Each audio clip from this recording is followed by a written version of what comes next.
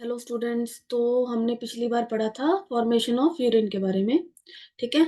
आज हम पढ़ने जा रहे हैं functions of tubules. Functions of tubules का मतलब है, हमने बच्चे नेफ्रॉन में दो पार्ट्स पढ़े थे, एक ट्यूब्यूल सिस्टम और एक पढ़ा था ग्लोमेरुलस के बारे में। ठीक है, जो ब्लड वेसल से बन रहा था, नेटवर्क ऑफ कैपिलरीज हमारे पास प्रेजेंट था, दैट इज ग्लोमेरुलस। उसके अलावा हमने पढ़ा था ट्यूब्यूल सिस्टम। ठीक है बच्चे, ट्यूब्यूल में पढ़ा था सबसे पहले बोमेंस कैप्सूल।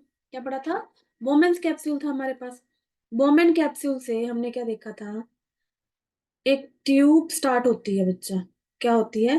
ट्यूब स्टार्ट होती है, that will be called as proximal convoluted tubule, that is PCT. PCT बोला था, ठीक है बच्चे। पीसीटी के बाद एक यू शेप स्ट्रक्चर बनती थी, hairpin like structure, that is hairpin like structure. That was, क्या बोलते थे इसको? Loop of Henle. क्या बोलते थे?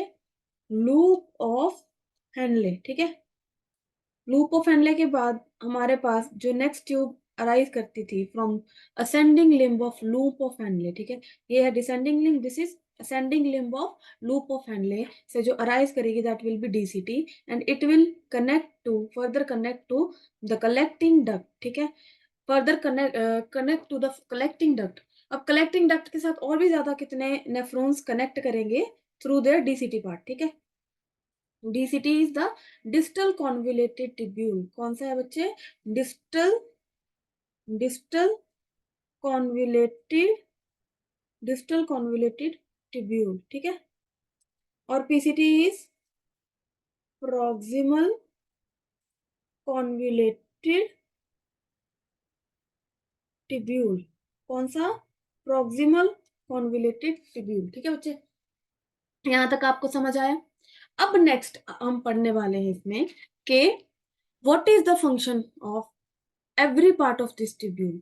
मतलब कि प्रोक्सिमल कॉन्वुलेटेड ट्यूब्यूल का फंक्शन अलग से क्या है? फॉर्मेशन ऑफ यूरिन में तो हमने पढ़ लिया कि सिक्रीशन होगी, रीएब्जॉर्प्शन होगी।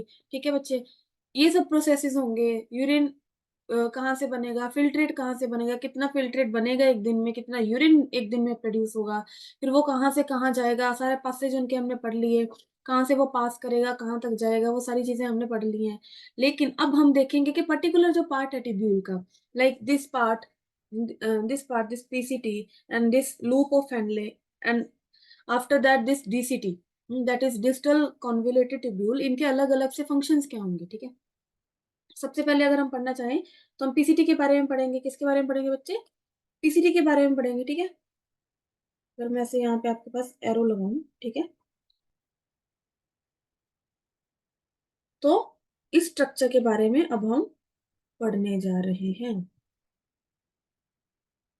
ठीक है, इस स्ट्रक्चर के बारे में पढ़ेंगे, इस ट्यूब के बारे में पढ़ेंगे। अगर मैं सिंपली ये ट्यूब बनाऊं आपके सामने, ठीक है, सिंपली अगर if I draw it simply, very simply, ठीक है, तो इसके क्या क्या फंक्शंस मैं बता सकती हूँ आपको।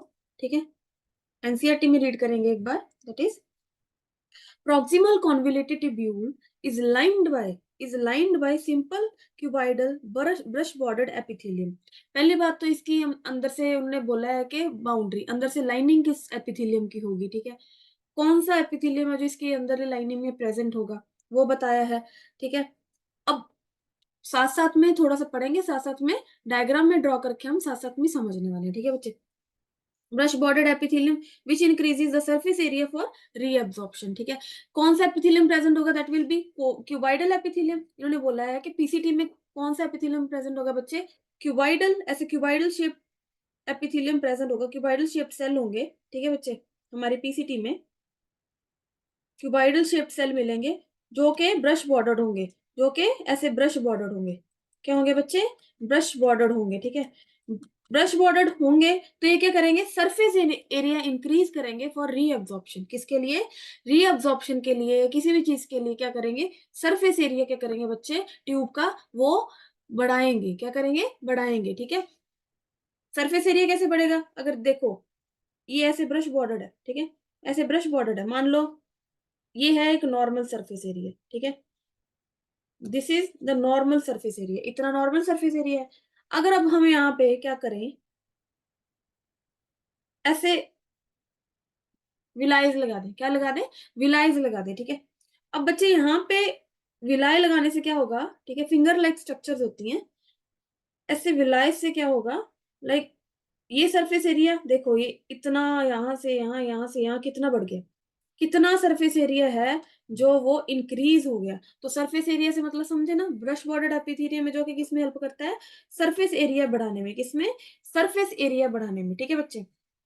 अब नेक्स्ट है, इसके बाद हम पढ़ेंगे कि nearly all the essential nutrients, all the essential nutrients, essential मतलब कि जो बॉडी को नीडेड है, जो फिल्ट्रेट में आ चुके हैं गलती से, जो गलती से फिल्ट्रेट में आ चुके हैं, लेकिन अब उनका रीअब्जॉर्प्शन होगा थ्रू ब्लड वेसल्स, ठीक है, वापस हमारी टिब्यूल से, रीनल टिब्यूल से वो वापस ब्लड वेसल्स में जाएगा, दैट इज रीअब्जॉर्प्शन। तो यहाँ पे क्या बताया है कि nearly all the essential nutrients and 70 to 80% of electrolytes and water, and electrolytes भी और water भी nearly 70 to 80% are reabsorbed by this segment। इस सेगमेंट से क्या हो जाता है बच्चे, रीएब्जॉर्ब हो जाता है, क्या हो जाता है, रीएब्जॉर्ब हो जाता है।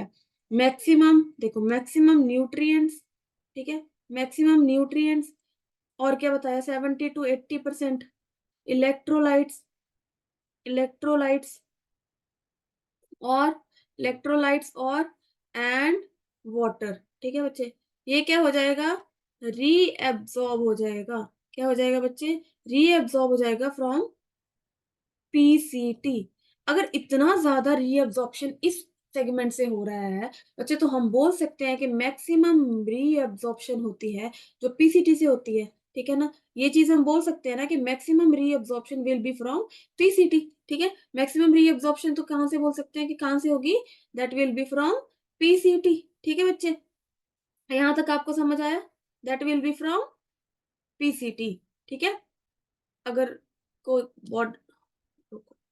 Maximum reabsorption will be from PCT, ठीक है, क्योंकि यहाँ से बहुत सारा जो मटेरियल है, जो एसेंशियल न्यूट्रिएंट्स है, वो यहीं से जो रीअब्जॉर्ब हो रहे हैं, तो मैक्सिमम जो मैक्सिमम रीअब्जॉर्प्शन वाला एरिया होगा दैट विल बी पीसीटी, ठीक है। ये आपको याद रखना है कि मैक्सिमम रीअब्जॉर्प्शन कहाँ पे हो रही है, इन्होंने डायरेक्टली नहीं बोला, लेकिन इनडायरेक्टली इन्होंने बता दिया कि इतना सारा मटेरियल यहाँ से रीअब्जॉर्ब होता है, तो आप बोल सकते हो कि सबसे ज्यादा रीअब्जॉर्प्शन होती कहाँ पे है, दैट इज ए पीसीटी, कहाँ पे होगी, पीसीटी में, ठीक है। नेक्स्ट है बच्चे कि PCT also helps to maintain the pH and ionic balance of the body fluids by selective secretion of hydrogen ions and ammonia into the filtrate by absorption of bicarbonate ions, by absorption of bicarbonate ions into it। अब ये तो बात करी हमने reabsorption की, किसकी बात करी बच्चे, रीअब्जॉर्प्शन की, लेकिन हमने साथ साथ ये भी तो पढ़ा था कि सिक्रीशन भी होती है, कुछ ऐसे मटेरियल्स भी आ जाते हैं, कुछ ऐसे मटेरियल्स भी आ जाते हैं कि जिनकी हमें जरूरत नहीं होती, या जरूरत भी नहीं होती, दूसरा और भी किस चीज के लिए। अब मेरी बात सुनो, अगर पीसीटी क्या कर रही है, ठीक है, पीसीटी से क्या हो रहा है, बार बार कितना सारे इलेक्ट्रोलाइट्स ब्लड में जा रहे हैं, क्या जा रहे हैं बच्चे, इलेक्ट्रोलाइट्स ब्लड में जा रहे हैं, ठीक है, इलेक्ट्रोलाइट्स ब्लड में जा रहे हैं, न्यूट्रिएंट्स ब्लड में जा रहे हैं, पानी ब्लड में जा रहा है, तो ब्लड का क्या होगा, आयनिक बैलेंस एक बार के लिए डिस्टर्ब होगा कि नहीं होगा, डेफिनेटली होगा। तो ब्लड भी क्या करेगा, कहीं ना कहीं से क्या करेगा, कुछ ऐसे आयंस भेजेगा जिसको उसकी इतनी जरूरत भी नहीं है, और बॉडी बाकी दूसरी बात कि कुछ आयनिक बैलेंस, आयनिक को, आयंस को बैलेंस करने के लिए कुछ ऐसे आयंस वो वापस भेजेगा, कुछ अच्छे आयंस लेके कुछ ऐसे आयंस वो वापस भेजेगा जिसकी उसको जरूरत भी कम है, और ताकि आयनिक बैलेंस भी बना रहे, क्या हो, आयनिक बैलेंस भी बना रहे कि जितना आया उतना गया, ठीक है। तो कौन से वो जो पीसीटी में कौन से आयंस की सिक्रीशन होती है, सिक्रीशन का मतलब कि पीसीटी में वो आयंस वापस आ रहे हैं, कौन कौन से आयंस की सिक्रीशन होगी, पीएच और आयनिक बैलेंस को मेंटेन करने के लिए, क्या करने के लिए, पीएच को और आयनिक बैलेंस को मेंटेन करने के लिए सिक्रीशन होगी, ठीक है। किस किस की सिक्रीशन होगी बच्चे, सिक्रीशन ऑफ, सिक्रीशन ऑफ, इसमें किस किस की सिक्रीशन होगी, हाइड्रोजन आयन, किस किस के आयन की, हाइड्रोजन आयन, और साथ में बच्चे अमोनिया आयन, ठीक है, अमोनिया आयन, और साथ में बाइकार्बोनेट आयन, कौन से, बाइकार्बोनेट आयन, ठीक है, अमोनिया, हाइड्रोजन, ठीक है, और बाइकार्बोनेट आयंस की क्या होगी बच्चे, इसमें से सिक्रीशन होगी। तो ये किस में हेल्प करेगा, अल्टीमेटली इस प्रोसेस से किस चीज में हेल्प करेगा, in maintaining, in maintaining pH and, pH and, ठीक है, इन मेंटेनिंग पीएच एंड, ठीक है, ionic balance, pH and ionic balance of body fluids, ठीक है, ऑफ बॉडी फ्लूइड, ठीक है बच्चे।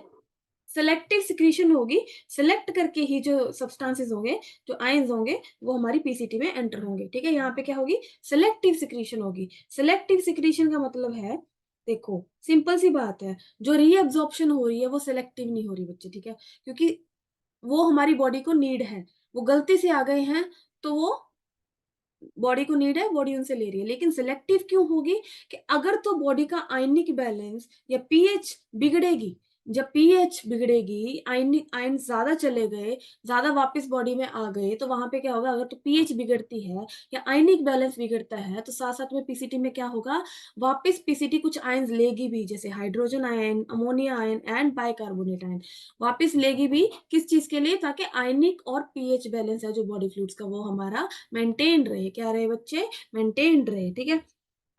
अब नेक्स्ट हम पढ़ेंगे लूप ऑफ हेनले, ठीक है, या हेनलेस लूप भी बोल सकते हो आप, या क्या बोल सकते हो, लूप ऑफ हेनले, क्या बोल सकते हो बच्चे, लूप ऑफ हेनले, ठीक है।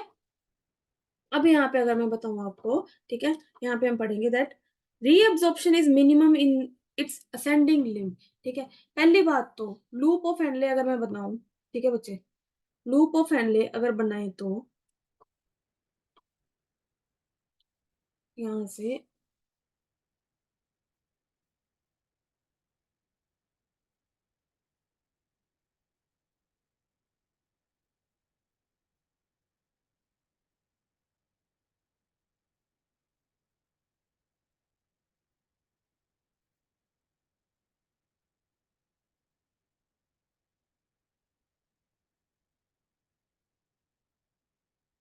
लूप ऑफ हेनले अगर मैं बनाऊं बच्चे, तो दिस विल बी द, ये कौन सा पार्ट होगा हमारा, ठीक है, ये पहले नीचे आएगी, ये ट्यूब नीचे आएगी, this will be the descending limb.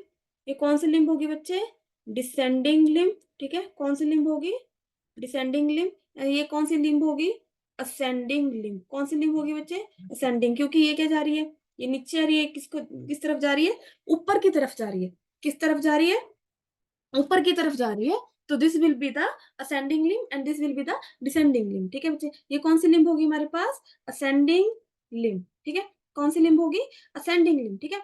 अब यहाँ पे इन्होंने बोला है कि reabsorption is minimum in its ascending limb. However, this region plays a significant role in maintenance of high osmolarity और medullary interstitial fluid, ठीक है। ये हम आगे पढ़ेंगे कि हाई ऑस्मोलैरिटी में हेल्प कैसे करती है। सिंपल सी बात है, इन्होंने बोला कि लेकिन मिनिमम रीअब्जॉर्प्शन किस एरिया में होगी, इन दिस एरिया।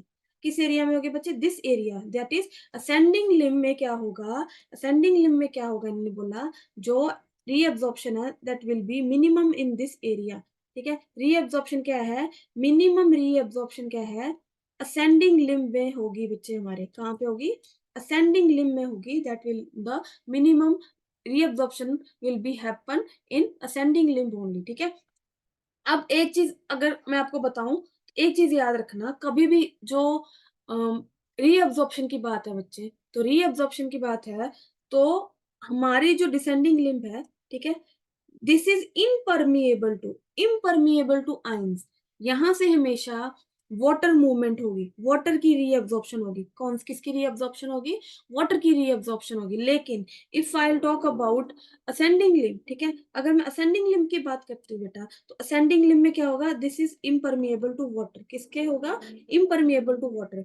तो ये क्या होगा, इसमें से क्या इसकी रीअब्जॉर्प्शन होगी, आयंस की रीअब्जॉर्प्शन होगी, किसकी रीअब्जॉर्प्शन होगी बच्चे, आयंस की रीअब्जॉर्प्शन होगी, जैसे सोडियम हो गया, ठीक है, क्लोरीन हो गया, तो इसमें से किसकी रीअब्जॉर्प्शन होगी, आयंस की रीअब्जॉर्प्शन होगी। लेकिन डिसेंडिंग लिम्ब में किसकी रीअब्जॉर्प्शन होती है, हमेशा पानी की रीअब्जॉर्प्शन होती है।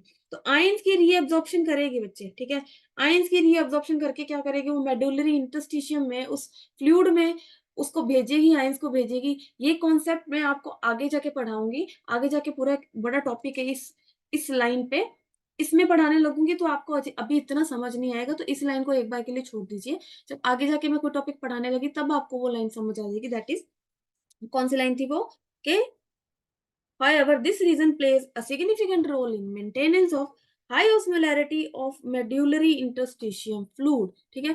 मेड्यूलरी इंटरस्टिशियल फ्लूइड का हाई ऑस्मोलैरिटी मेंटेन करने में हेल्प करता है ये जो अपना असेंडिंग लिम्ब, ठीक है बच्चे। The descending limb is of loop of Henle is permeable to water but almost impermeable to electrolytes. मैंने आपको बताया कि डिसेंडिंग लिम्ब है, जो डिसेंडिंग लिम्ब है ऐसे, ठीक है, दिस इज डिसेंडिंग लिम्ब, ये परमिएबल टू वाटर है लेकिन इम्परमिएबल, ऑलमोस्ट क्या है, इम्परमिएबल टू इलेक्ट्रोलाइट्स। किनको इम्परमिएबल है, इलेक्ट्रोलाइट्स को, ठीक है बच्चे। नेक्स्ट है, नेक्स्ट हम पढ़ेंगे द डिसेंडिंग लिम्ब, ठीक है, impermeable to electrolytes. This concentrate the filtrate as it moves down. जैसे जैसे बच्चे देखो, अब सिंपल सी बात है, हमने क्या, आपको एक चीज बता दूं कि हमारा जो ब्लड है उसकी ऑस्मोलैरिटी है दैट इज 300 मिली ऑस्मोल पर लीटर। क्या है, 300 मिली ऑस्मोल पर लीटर, ठीक है। जब यूरिन बच्चे, जब यूरिन क्या होता है, फिल्ट्रेट होके आता है, ठीक है, फिल्ट्रेट होके आता है, सॉरी, जब ब्लड फिल्टर होके आता है तो ये जो फिल्ट्रेट होता है, ठीक है, लूप ऑफ हैंडले तक पहुंचते पहुंचते इस फिल्ट्रेट का जो ऑस्मोलैरिटी होती है वो कितनी होती है बच्चे, 300 मिली ऑस्मोल पर लीटर। कितनी होती है, 300 मिली ऑस्मोल पर लीटर, ठीक है। लेकिन जैसे जैसे ये फिल्ट्रेट डाउन जाता है इन डिसेंडिंग लिम्ब, जैसे जैसे डिसेंडिंग लिम्ब में बच्चे फिल्ट्रेट डाउन जाता है तो क्या होता है, पानी की रीअब्जॉर्प्शन होती है, पानी की रीअब्जॉर्प्शन होती है, लगातार रीअब्जॉर्प्शन होती है। तो धीरे धीरे क्या होगा, जैसे जैसे मेड्यूलरी इंटरस्टिशियम में, आपको पता है दिस इज मेड्यूला पार्ट, ठीक है, this is cortex, this is cortex and this is medulla, ठीक है। अब मेड्यूला इंटरस्टिशियम सारा आसपास जो खाली स्पेस है that will B medullary interstitium. क्या बोलेंगे इसको, मेड्यूलरी इंटरस्टिशियम, ठीक है बच्चे, मेड्यूलरी इंटरस्टिशियम, इसको क्या बोलेंगे, मेड्यूलरी इंटरस्टिशियम। तो इसमें जैसे जैसे हमारा फिल्ट्रेट है वो नीचे को ट्रेवल करेगा तो पानी की रीअब्जॉर्प्शन बढ़ेगी, रीअब्जॉर्प्शन बढ़ेगी तो जो हमारा यूरिन होगा बच्चे वो धीरे धीरे हाइपोटोनिक होता जाएगा। हाइपोटोनिक मतलब कि उसकी जो कंसंट्रेशन है वो बढ़ती जाएगी, कंसंट्रेशन बढ़ती जाएगी तो उसकी ऑस्मोलैरिटी भी क्या होगी, अपने आप ऑटोमेटिकली क्या होती जाएगी, बढ़ती जाएगी। जैसे जैसे पानी निकालते जाएंगे कंसंट्रेशन बढ़ती जाएगी, ऑस्मोलैरिटी बढ़ती जाएगी। तो धीरे धीरे क्या होगा, 300 से क्या हो जाएगी बच्चे, ऑस्मोलैरिटी 600, ठीक है, 600 देन 800, ठीक है, 800 देन 1000 देन 1200, ठीक है। तो 1200 तक मैक्सिमम जाएगी हमारी जो ऑस्मोलैरिटी है, ठीक है। उसके बाद फिर जैसे जैसे बच्चे, अब यहाँ पे देखो, जैसे जैसे ये डाउन गया ऑस्मोलैरिटी क्या है, वो बढ़ती गई हमारे फिल्ट्रेट की। लेकिन यहाँ पे अगर मैंने बताया था आपको कि दो असेंडिंग लिम्ब है that is impermeable to water but permeable to most of the electrolytes, ठीक है। तो यहाँ पे क्या होगा, इलेक्ट्रोलाइट्स की रीअब्जॉर्प्शन होगी। तो इलेक्ट्रोलाइट्स की जैसे जैसे रीअब्जॉर्प्शन होगी, इलेक्ट्रोलाइट्स बार बार बाहर निकलेंगे अगर फिल्ट्रेट में से, तो कंसंट्रेशन क्या होती जाएगी, कम होती जाएगी। क्या होती जाएगी बच्चे, कंसंट्रेशन कम होती जाएगी। कंसंट्रेशन कम होती जाएगी तो जो फिल्ट्रेट है दैट विल गेट हाइपोटोनिक, ठीक है। हाइपोटोनिक होता जाएगा मतलब कि जैसे जैसे ऊपर जाएगा, ठीक है, जैसे जैसे यूरिन ऊपर जाएगा, जो फिल्ट्रेट, सॉरी, फिल्ट्रेट जैसे जैसे ऊपर जाएगा तो जो 1200 से देन 800, ठीक है बच्चे, 1200 से 800 देन 600, ठीक है, 600 से 400 देन 300 पे हमारी जो है ऑस्मोलैरिटी वो पहुंच जाएगी। कहाँ तक पहुंच जाएगी, 300 तक हमारी जो ऑस्मोलैरिटी है। यहाँ पे एक बार अगर मैं बोलूँ तो 1200 से 1000 देन 800 पे देन 600 पे, ठीक है बच्चे, देन 300 पे। ऐसे हमारी ऑस्मोलैरिटी है जो वापस कम होती जाएगी, ठीक है, क्योंकि आयनिक आयंस इलेक्ट्रोलाइट्स वो रीअब्सॉर्ब हो रहे हैं। जैसे जैसे रीअब्सॉर्ब होंगे जो फिल्ट्रेट होगा वो कम कंसंट्रेटेड होने लग जाएगा, धीरे धीरे आयंस निकलने लग जाएंगे, कंसंट्रेशन कम होती जाएगी। तो क्या होगा, ऑस्मोलैरिटी ऑटोमेटिकली ऊपर जाते जाते क्या हो जाएगी बच्चे, डिक्रीज होती जाएगी। क्या होती जाएगी, डिक्रीज होती जाएगी, ठीक है। नेक्स्ट है, इसके बाद हम पढ़ेंगे that the ascending limb is impermeable to. अब असेंडिंग लिम्ब क्या है, impermeable to water but allows transport of electrolytes actively, ठीक है। एक्टिवली उसका जो ट्रांसपोर्ट है वो अलाउ करती है, और पैसिवली, एक्टिवली और पैसिवली का मतलब क्या है बच्चे, कई तो जो देखो एक्टिवली और पैसिवली का मतलब है, ये तो उन्होंने बोल दिया, ठीक है, कि इम्परमिएबल टू वाटर लेकिन इलेक्ट्रोलाइट्स का ट्रांसपोर्ट अलाउ करती है, किसका, इलेक्ट्रोलाइट्स का, ठीक है बच्चे, ट्रांसपोर्ट अलाउ करती है। लेकिन कईयों का एक्टिव होता है और कईयों का क्या होता है, पैसिव होता है। क्या होता है बच्चे, पैसिव होता है। पैसिव में आ गया जैसे पानी आ गया, ठीक है बच्चे, यूरिया आ गया, ठीक है। तो ये जो चीजें हैं, ठीक है, पानी आ गया, यूरिया आ गया, कुछ हमारे पास आयंस आ गए, वो क्या होंगे, पैसिवली रीअब्सॉर्ब हो जाएंगे, मतलब कि उनपे ज्यादा एनर्जी की जरूरत पड़ेगी नहीं, ठीक है। वो कंसंट्रेशन ग्रेडियंट के अकॉर्डिंग, जो हमने शुरू में पढ़ा था, हाइपोटोनिक हाइपोटोनिक, तो कंसंट्रेशन ग्रेडियंट के अकॉर्डिंग क्या होगा, उनके अकॉर्डिंग मूव करेंगे, पैसिवली मूव करेंगे ना, उसमें ज्यादा कोई एनर्जी की जरूरत होगी, लेकिन एक्टिवली में क्या होगा कि उसमें रिश्वत लगेगी। हाँ जी, क्या होगा, रिश्वत लगेगी। मोस्टली कंसंट्रेशन ग्रेडियंट के अगेंस्ट जाके जो चीजें हम आर पार करवाते हैं, ठीक है, रीअब्सॉर्ब करेंगे, ट्यूब्यूल से निकाल लेंगे, कंसंट्रेशन ग्रेडियंट के अगेंस्ट जाके, ठीक है, रूल्स के बैलेंस के अगेंस्ट जाके जब हम वो चीज करेंगे तो उस पर क्या खर्च होगा, एनर्जी खर्च होगी। क्या होगा बच्चे, एनर्जी जाएगी, ठीक है। हाई टू लो, देखो, हाई टू लो लेके आना इजी है, लेकिन लो टू हाई अगर लेके जाएंगे तो दैट विल रिक्वायर, किसकी जरूरत पड़ेगी बच्चे, उसको energy, that will require energy, किसकी जरूरत पड़ेगी, एनर्जी की जरूरत पड़ेगी। उस पर तो फोर्स लगेगी, नीचे लाना फेंकना तो इजी है, लेकिन ऊपर लेके जाना दैट इज नॉट इजी, ठीक है। कंसंट्रेशन ग्रेडियंट के अगेंस्ट अगर आप जा रहे हो, ठीक है, दैट इज नॉट इजी, तो दैट रिक्वायर्स एनर्जी, ठीक है। तो यहाँ पे इन्होंने क्या बोला हुआ है कि एक्टिवली भी ट्रांसपोर्ट होगा और पैसिवली भी हो सकता है, ठीक है बच्चे। Therefore, as the concentrated filtrate pass upward, जैसे जैसे अपवर्ड जाता है कंसंट्रेटेड फिल्टर, कैसे जाता है, अपवर्ड जाता है, ठीक है। नीचे जब आ रहा था कंसंट्रेट हो रहा था, अब कंसंट्रेटेड वाला जैसे जैसे ऊपर जा रहा है, ठीक है, तो क्या हो रहा है, it gets diluted due to passage of electrolytes to the medullary fluid, ठीक है। अब इलेक्ट्रोलाइट्स बाहर निकल रहे हैं मेड्यूलरी फ्लूइड में, यहाँ पे फ्लूइड में जा रहे हैं, ठीक है, फ्लूइड में जा रहे हैं, तो धीरे धीरे क्या होगा, कंसंट्रेशन कम हो रही है, कंसंट्रेशन कम हो रही है, तो यूरिन क्या हो रहा है, धीरे धीरे डाइल्यूट होता जा रहा है बच्चे, क्या होगा, धीरे धीरे डाइल्यूट होता जाएगा, ठीक है। नेक्स्ट है डिस्टल कॉन्विलेटेड ट्यूब्यूल, किसके बारे में पढ़ेंगे अब हम, this part that is distal convoluted tubule. Conditional reabsorption of sodium and water takes place in this segment, ठीक है। मैंने आपको पहले एक रास मैकेनिज्म पढ़ा, सॉरी, आपको पहले पढ़ाया था दैट मैक्यूलर डेंसा, रास मैकेनिज्म पढ़ाया था, ठीक है। क्या पढ़ाया था बच्चे, रास पढ़ाया था, या तो शायद आपको मैंने थोड़ा सा उसके बारे में बता दिया होगा, मैक्यूलर डेंसा रेनिन, बताया भी था आपको कि मैक्यूलर डेंसा जो रीजन है दैट, अगर, वेट, हाँ, ये रहा हमारे पास, ठीक है। दिस पार्ट आपको मैंने इसके बारे में पढ़ाया था, ठीक है। JG cell just juxtaglomerular apparatus, किसके बारे में पढ़ाया था, जक्स्ट्रा ग्लोमेरुलर अपरेटस। इसमें मैंने क्या पढ़ाया था, ये डीसीटी का पार्ट है बच्चे, ये हमारा हो गया एफरेंट आर्ट्रियोल, ये हमारे पास आ गया डीसीटी का पार्ट, ये क्लोज कॉन्टेक्ट में रहते हैं, है ना। कई बार क्या होता है, क्लोज कॉन्टेक्ट में रहते हैं, तो जब हमारी डीसीटी में एक स्टिमुलेशन मिलेगा कि बीपी डाउन जा रहा है, ठीक है, जब डीसीटी में, ठीक है, स्टिमुलेशन मिलेगा कि बीपी डाउन जा रहा है, ठीक है, बीपी डाउन जा रहा है, ठीक है, बीपी डाउन जा रहा है, और साथ में क्या हो रहा है, हमारा सोडियम की कमी हो रही है, इसमें क्या हो रहा है, बॉडी में सोडियम की कमी हो रही है, पानी की कमी हो रही है, ठीक है बच्चा। ये सारी चीजों से क्या होगा, बीपी डाउन जाएगा, ब्लड वॉल्यूम कम हो जाएगा, ब्लड वॉल्यूम क्या हो जाएगा, कम हो जाएगा। ये क्या करेगा, मैक्यूलर डेंसा को क्या करेगा, स्टिमुलेट करेगा, क्या करेगा, स्टिमुलेट करेगा, मैक्यूलर डेंसा को स्टिमुलेट करेगा।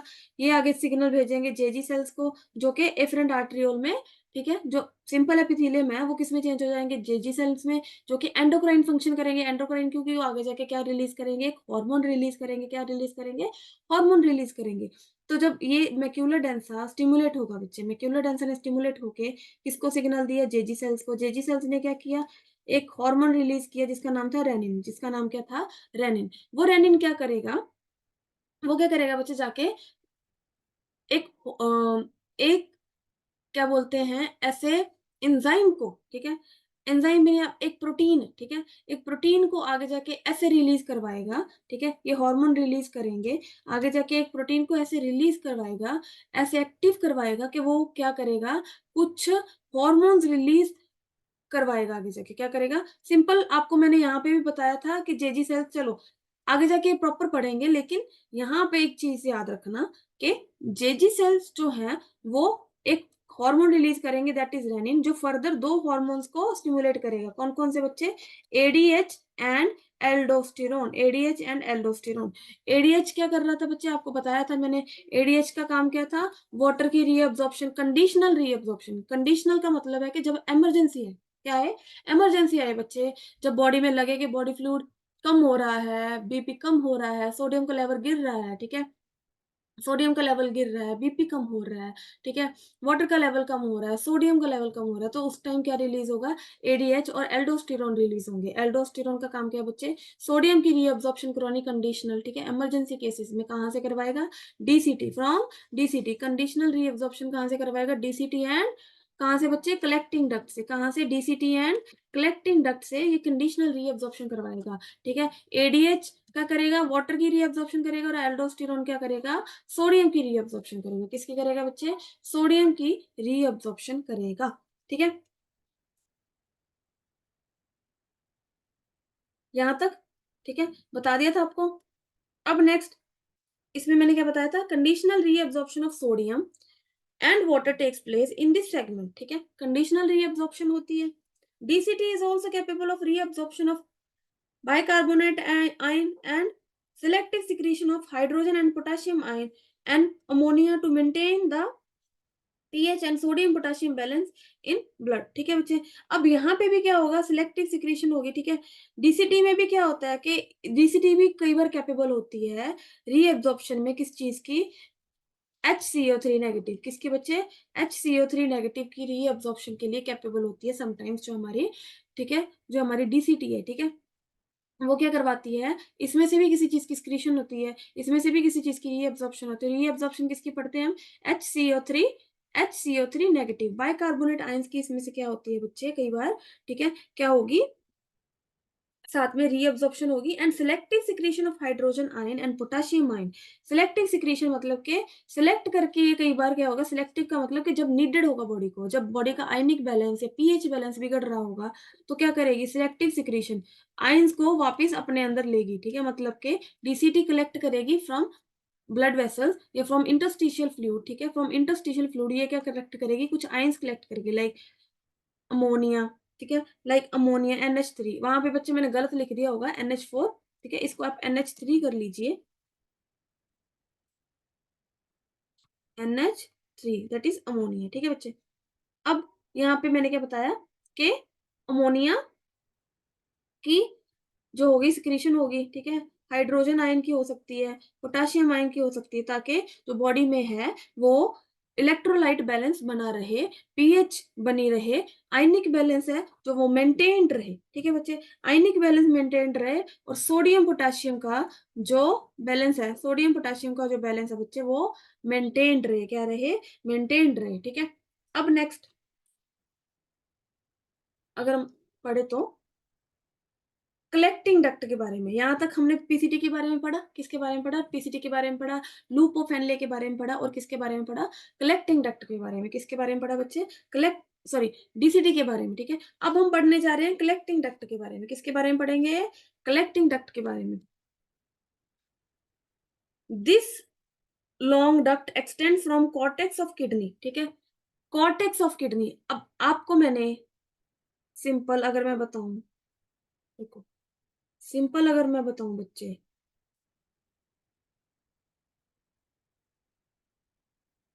ये किडनी है हमारी, ठीक है? इसमें मैंने क्या बनाए थे? कुछ मेड्यूलरी पिरामिड्स। क्या बनाए थे? Medullary pyramids.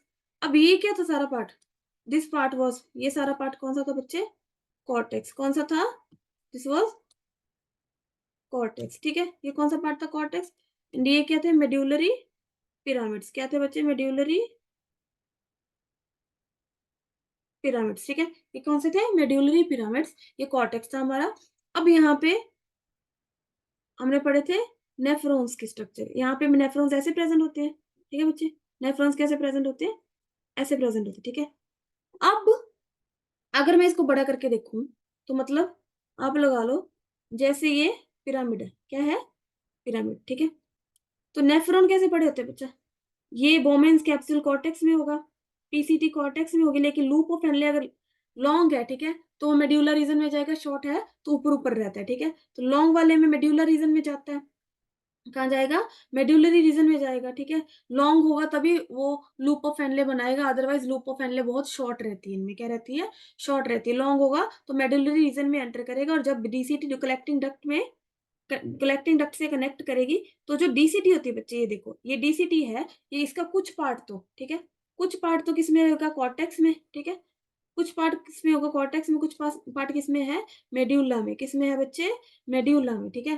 तो अगर मैं देखूं, ठीक है, अगर आपको दोबारा पढ़ाऊं तो आप पढ़ोगे, this long duct extends from the cortex of the kidney to the inner parts of the medulla. Cortex से लेके inner parts of the medulla में एक्सटेंड करती है ये जो कलेक्टिंग डक्ट है। कहां से कहां लेके, कॉर्टेक्स ऑफ द मेड्यूला से लेके inner part of, inner part of cortex part से लेके इनर पार्ट ऑफ मेड्यूला तक एक्सटेंड करेगी ये जो हमारे पास कलेक्टिंग डक्ट है, ठीक है बच्चे। Large amount of water could be reabsorb from this region to produce a concentrated urine. अब ये जो बच्चे कलेक्टिंग डक्ट है, ठीक है, कितने सारे, कितने सारे नेफ्रॉन्स की डीसीटीज बच्चा इसमें जाके कनेक्ट होती है, क्या होती है, इसमें जाके कनेक्ट होती है, ठीक है। कितनी सारे जो डीसीटीज है वो इस पार्ट में आके क्या होंगी, कनेक्ट होंगी। ये कौन सी हमारी कलेक्टिंग डक्ट, क्या कौन सी है, कलेक्टिंग डक्ट, ठीक है बच्चे। अब एक कलेक्टिंग डक्ट में क्या होता है कि कहते हैं बहुत हद तक जो होता है पानी रीअब्सॉर्ब होता है, क्या होता है, रीअब्सॉर्ब होता है। लास्ट जो कलेक्टिंग डक्ट होती है बच्चे, वहां से क्या होगा, पानी बहुत ज्यादा रीअब्सॉर्ब होगा, क्योंकि बॉडी को पता चलेगा कि हमने कितना पानी भेज दिया, वो एकदम से उसको सिग्नल मिलेगा कि हाँ कलेक्टिंग डक्ट में तो यूरिन जा रहा है, ठीक है। जब कलेक्टिंग डक्ट में पहुंचेगा filtrate, that will be called as urine, उसको क्या बोलेंगे, यूरिन। और वहां से क्या होगा बच्चे, वाटर की रीअब्सॉर्प्शन होगी, मैक्सिमम रीअब्सॉर्प्शन होगी, ठीक है। पानी की बहुत ज्यादा रीअब्सॉर्प्शन होगी, जिससे क्या होगा, हमारा यूरिन क्या होगा, वो कॉन्सेंट्रेटेड हो जाएगा। क्या हो जाएगा बच्चा, यूरिन विल बिकम, ठीक है, यूरिन विल बी क्या हो जाएगा, कंसेंट्रेटेड हो जाएगा, ठीक है, कंसेंट्रेटेड हो जाएगा हमारा यूरिन। उसके बाद इन्होंने बोला है, large amount of water could be reabsorbed from this region to produce a concentrated urine, ठीक है। यहाँ से लार्ज अमाउंट ऑफ वाटर क्या हो जाता है, रीअब्सॉर्ब किया जाता है, ताकि कंसेंट्रेटेड यूरिन प्रोड्यूस किया जाए। जब हम पानी कम पीते हैं, डेफिनेटली कम पिएंगे तो बॉडी को नीड ज्यादा होगी, तो उतना ही पानी जब भी हम यूरिन हमारी बॉडी में प्रोड्यूस होगा तो उतना ही ज्यादा पानी को, बॉडी को पानी की नीड होती है। हम नहीं पी रहे तो वो यूरिन से कलेक्ट करेगी, यूरिन से कलेक्ट करेगी, यूरिन कौन सा आएगा, कंसेंट्रेटेड आएगा बच्चे, कम पानी वाला आएगा, ठीक है। सिमिलरली जब हम बहुत पानी पीते हैं, बहुत पानी पीते हैं, तो बॉडी के पास ऑलरेडी इतना पानी होता है, ठीक है, ऑलरेडी इतना पानी होता है कि वो इतना पानी रीअब्सॉर्ब करती नहीं है। तो मैक्सिमम अमाउंट ऑफ जो वाटर होता है वो हमारी बॉडी से निकलता है। That time the urine is not concentrated but is diluted, ठीक है। कंसेंट्रेटेड नहीं होता तो उस टाइम क्या होता है, डाइल्यूटेड होता है हमारा यूरिन ज्यादा, ठीक है। This segment allows passage of small amounts of urea into the medullary interstitium, ठीक है। ये भी बच्चे दिस सेगमेंट वाली बात जो की इन्होंने, ठीक है, allows passage of small amount of urine into the medullary interstitium to keep the osmolarity। अब अगर मैं यहाँ पे बताऊं, सिंपल सी बात है, यहाँ से क्या होता है कि कुछ अमाउंट ऑफ यूरिया इस मेड्यूलरी, ये सारे मेड्यूलरी इंटरस्टिशियम में बच्चा वापस आता है। क्या होता है, मेड्यूलरी इंटरस्टिशियम में कुछ अमाउंट ऑफ यूरिया भी रीअब्सॉर्ब होता है, ताकि क्या है कि ऑस्मोलैरिटी बनी रहे। क्या है, ऑस्मोलैरिटी क्या है बच्चे, जो मेड्यूलरी इंटरस्टिशियम की ऑस्मोलैरिटी बनी रहे, ठीक है, ऑस्मोलैरिटी मेंटेन्ड रहे, क्योंकि वाटर भी जा रहा है तो ऑस्मोलैरिटी कम हो रही है, साथ साथ में यूरिया भी भेज रहा है ताकि ऑस्मोलैरिटी मेंटेन्ड रहे, ठीक है बच्चे। नेक्स्ट है, it also plays a role in maintenance of pH and ionic balance of blood by the selective secretion of hydrogen and potassium ions. यहाँ से बच्चे हाइड्रोजन एंड पोटाशियम आयंस की भी क्या होती है, सिलेक्टिव सिक्रीशन होती है। इसी हिसाब से क्या करते हैं, ये भी जो आयनिक बैलेंस और पीएच बैलेंस है बॉडी का बच्चे, वो मेंटेन करके रखता है। क्या करके रखता है, मेंटेन करके रखता है, ठीक है। साथ में ये भी पीएच बैलेंस, ठीक है, सारा आयनिक बैलेंस मेंटेन करेगा कि इफ कोई भी तरह का, ठीक है, आयनिक बैलेंस बिगड़ रहा है, ये क्या करेगा, साथ में सिक्रीशन करेगा खुद, ठीक है। क्या करेगा, सिक्रीशन का मतलब क्या है, वापस जो आयंस है वो रीनल ट्यूब्यूल में एंटर करेंगे, कलेक्टिंग डक्ट में एंटर करेंगे, ठीक है।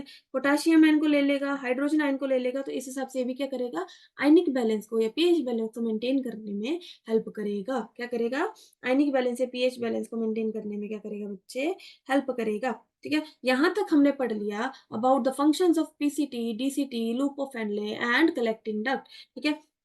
एक छोटा सा ब्रीफ ले लेते हैं कि लाइक, यहाँ से देखो, यहाँ से मैंने पढ़ाया था मैक्सिमम रीअब्जॉर्प्शन किसमें हो रही थी बच्चे, हमारे पीसीटी में, ठीक है। रीअब्जॉर्प्शन का मतलब है जो वापस कलेक्ट किए जा रहे हैं रीनल ट्यूब्यूल से, that is bicarbonate ion, sodium chloride, nutrients, water, ठीक है, काफी हद तक विटामिन, ठीक है, मिनरल्स, सारे क्या किए जाते हैं, पोटाशियम, ठीक है बच्चे, क्या किए जाते हैं, रीअब्जॉर्ब हो जाते हैं, ठीक है। और सिक्रीशन में क्या क्या आएगा, पोटाशियम भी सिक्रीशन में आता है बेटा, यहाँ पे पोटाशियम भी आता है, ठीक है। कई बार पोटाशियम, लेकिन यहाँ पे पोटाशियम क्या हो रही है, रीअब्जॉर्प्शन हो रही है। और सिमिलरली अगर देखें तो डीसीटी में पोटाशियम की क्या हो रही है बच्चे, सिक्रीशन हो रही है। क्या हो रही है, सिक्रीशन हो रही है, ठीक है। पीसीटी में सिक्रीशन किस किस की हो रही है, हाइड्रोजन आयन, अमोनियम आयन, ठीक है बच्चे। अब वही कि जब डिसेंडिंग लूप ऑफ हेनले में क्या कौन परमिएबल है, वाटर परमिएबल है। तो वाटर जैसे जैसे निकलेगा कंसेंट्रेटेड होता जाएगा, हमारा जो यूरिन है क्या कंसेंट्रेटेड होता जाएगा। लेकिन वापिस जब असेंडिंग लिम्ब में जाएगा तो वो इम्परमिएबल टू वाटर है, लेकिन परमिएबल टू इलेक्ट्रोलाइट्स है। तो इलेक्ट्रोलाइट्स जब रीअब्सॉर्ब होंगे तो वाटर फिर से जो फिल्ट्रेट होगा, फिर से क्या होगा, डाइल्यूट होता जाएगा, उसकी ऑस्मोलैरिटी फिर से कम होती जाएगी। उसके बाद बच्चे डीसीटी में अब मिनिमम रीअब्सॉर्प्शन किसमें होती है, असेंडिंग लूप ऑफ हेनले, किसमें, असेंडिंग लूप ऑफ हेनले। और मैक्सिमम रीअब्सॉर्प्शन हमने कहाँ पे पढ़ी है, that is proximal convoluted tubule. कौन सी बच्चे, प्रॉक्सिमल कॉन्वोल्यूटेड ट्यूब्यूल, ठीक है।